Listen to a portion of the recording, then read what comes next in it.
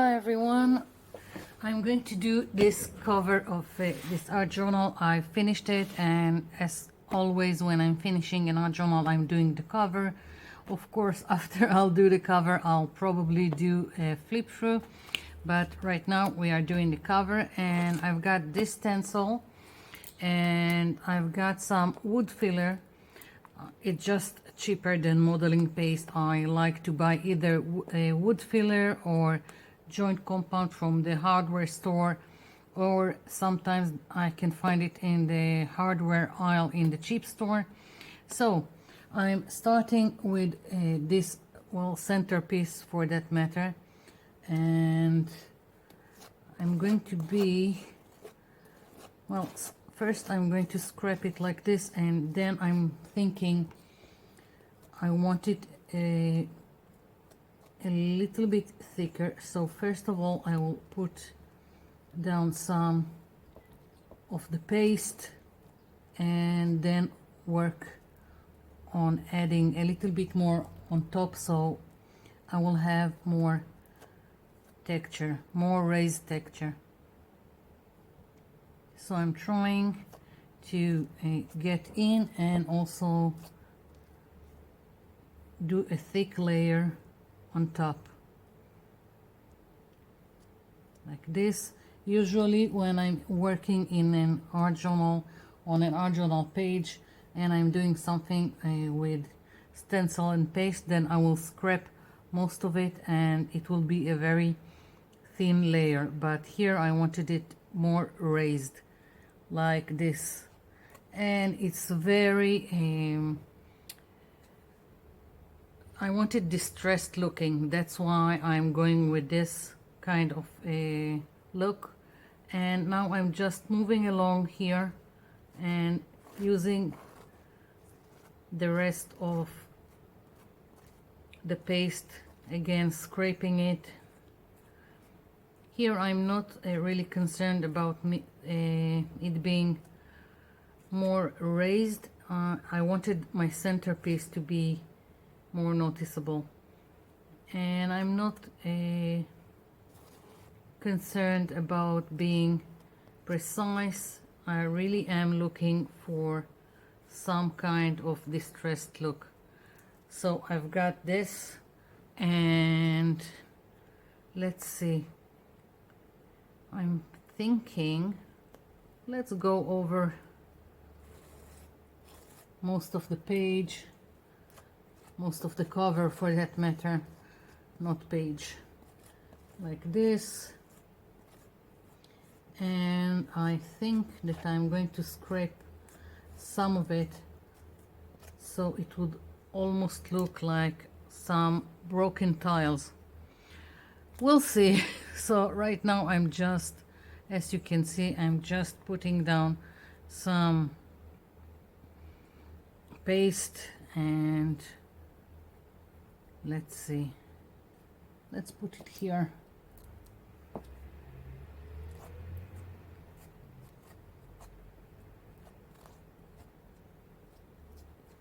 I'm very generous with the paste. Of course, if you do have modeling paste, then by all means you can use the modeling paste.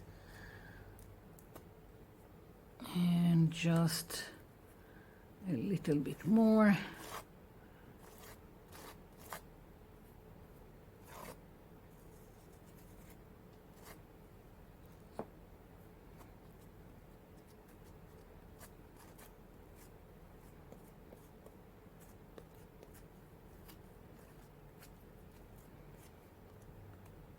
Okay, so I've got this, and let's put my stencil for a minute on some paper. I want to scrape the excess.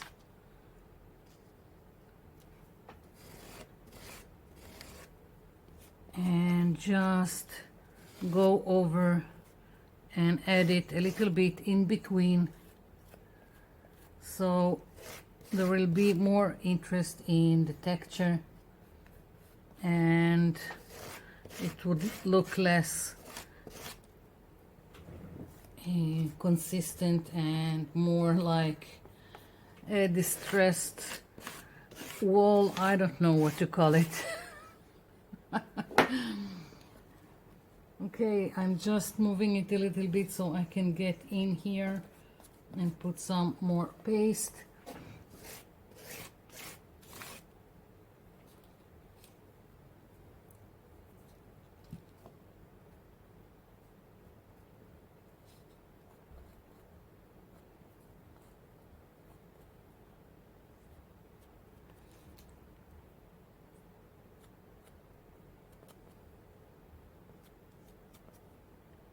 Okay, so let's see. Now I'm just going and destroying the perfectness of the tiles, because as I said, I want them to look a little bit like they broke in several places. I don't want it to be all perfect. Only the centerpiece I think I'm leaving as is, but otherwise I want a distressed look. Yeah. Okay, so of course this needs to be completely dry before I'm attempting anything on top of it. And don't leave your stencil, just go and wash it immediately. Never leave paste, any kind of paste on it. It will ruin your stencil. So I'm going to wash the stencil, going to wait for this to dry, and then I'll be back. So I'm back, and finally all this texture is dry, and the only thing I've done here is just covering everything with black gesso.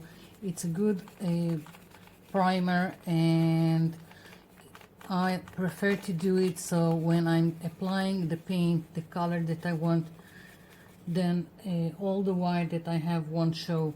And I'm just using a wide soft brush just so it would be faster and it will get into all the nooks and crannies, all the detail I've got here. So I'm just also pushing it and going in circles in all kinds of directions so it will cover everything and I won't have any white peeking through. And of course this also needs to be completely dry before I'm applying acrylic paint. So here we are, everything is covered, and now I will have to wait for this to dry and then we'll continue. I'll be back.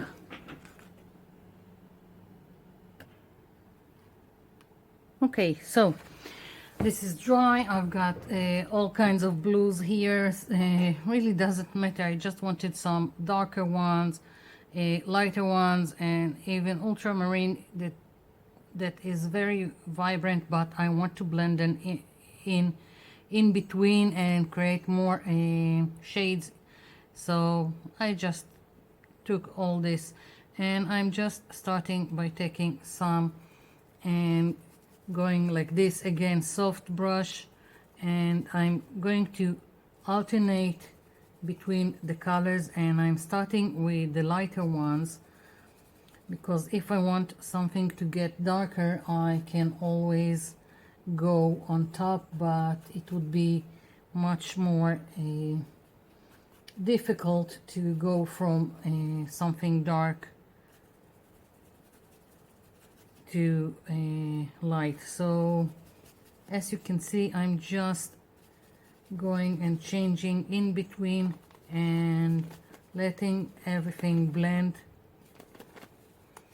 and again I'm moving in circular motions just so I can cover everything and push it inside all this detail, all this texture that I have.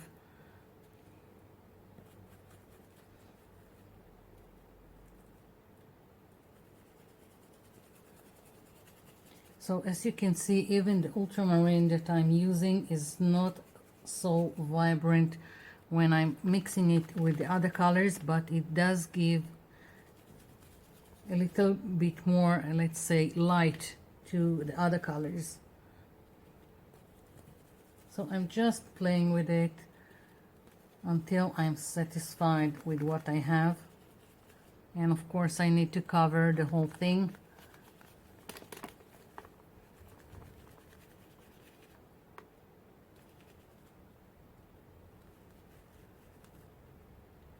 Just adding from the ultramarine in several places.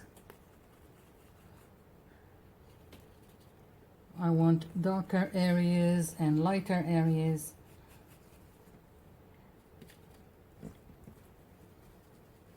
First of all, it will help the look of this dress, and also it won't look flat. When you color something with just one color, it looks flat, it looks like plastic.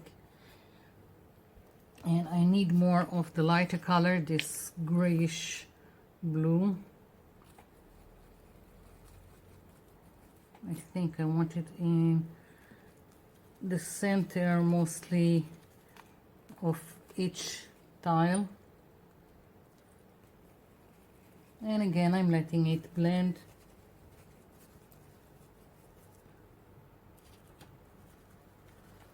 I hardly used the darker colors, but maybe now I'll add it in several places towards the edges. I don't know. As I said, I'm playing and we'll just have to see what comes out of it.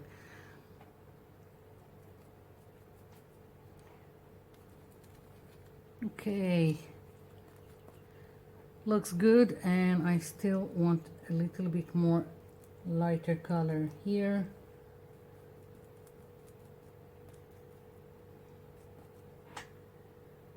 I don't know, I think this is enough, maybe.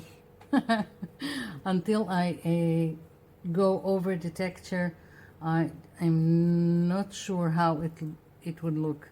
So let's hope for the best. I'm going to let this dry and then I'll come back.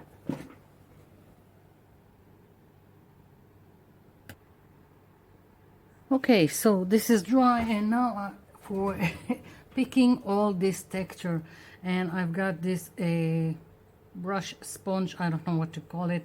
You don't have to use this, you can use a brush or your finger, and I'm just taking some white gesso here, and what I'm doing is tapping very lightly over the areas that I've got the raised texture.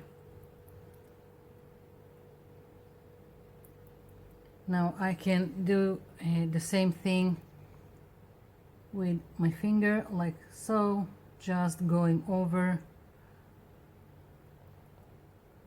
the raised texture, or I can use a hard bristle brush,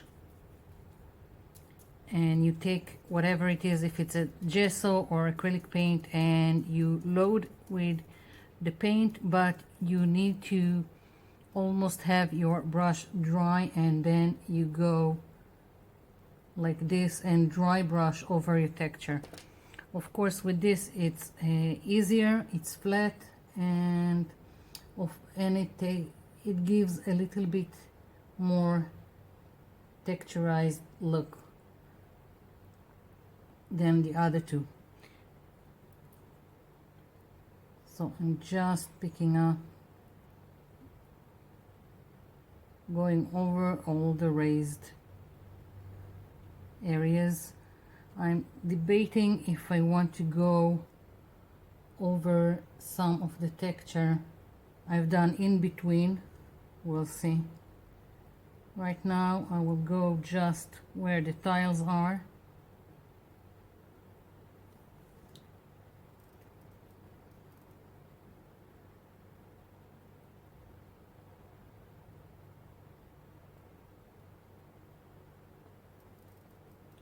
Okay, so I'm thinking that just lightly I will pick some of the other texture so it won't be so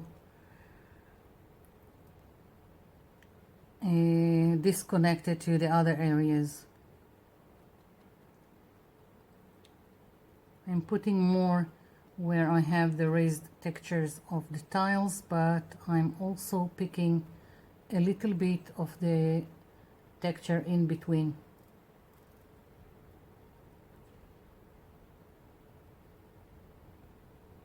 And if I think it didn't cover enough, then I'm just going back and adding more. Now I'm using gesso just because it has a chalky finish, it's opaque, and I like it better than white acrylic paint, but you can use white acrylic paint. It doesn't have to be gesso.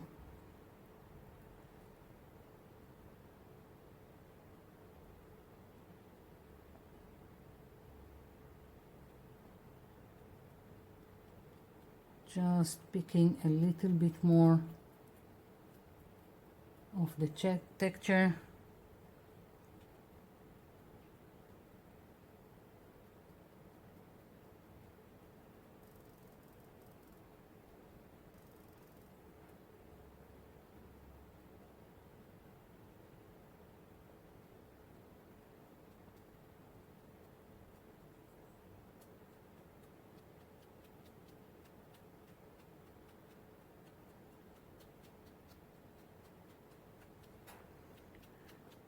Starting to take shape.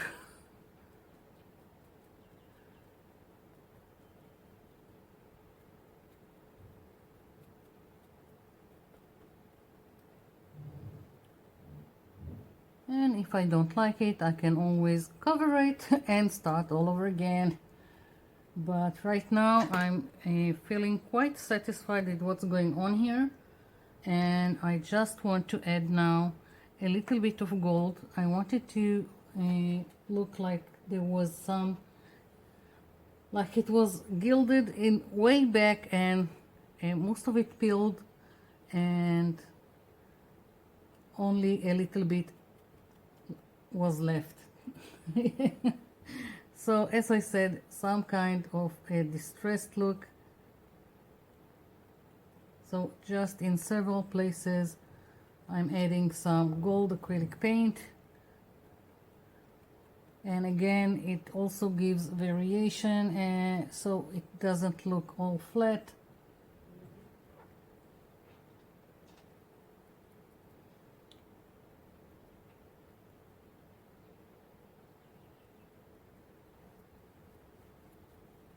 I'm going with the gold all around my edges just to finish everything.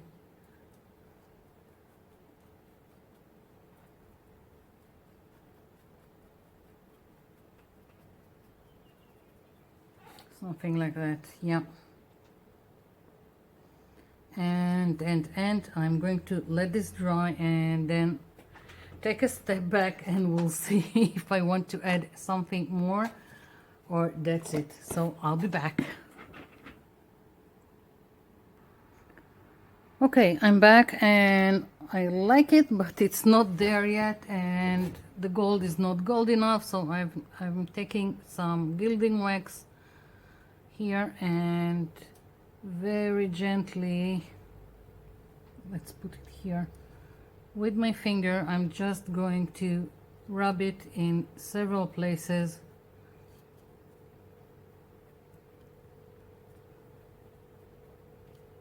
Again, I'm doing it quite randomly in places that I think it's needed.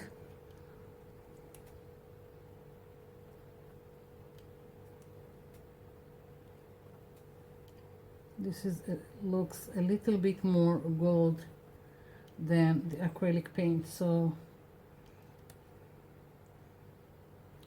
that's what I'm going for.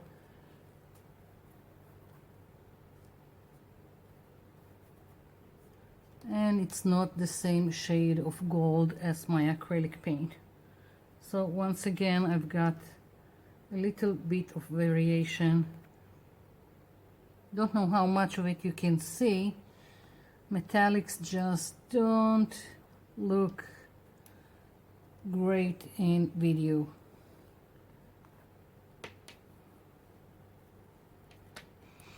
Let's see. I'm trying to see if I missed a place or something needs to be more pronounced on the cover. I don't know. And of course I should stop sometime. Okay, that's it. I'm leaving it. That's it. That's my cover for this art journal. I hope you liked it. I hope you will try your hand at something similar. Of course, you can play with the colors. It doesn't have to be these colors. You can go wild and do many other colors. So thank you for watching, and thank you for leaving me comments down below. I'll be seeing you in my next video. Bye for now.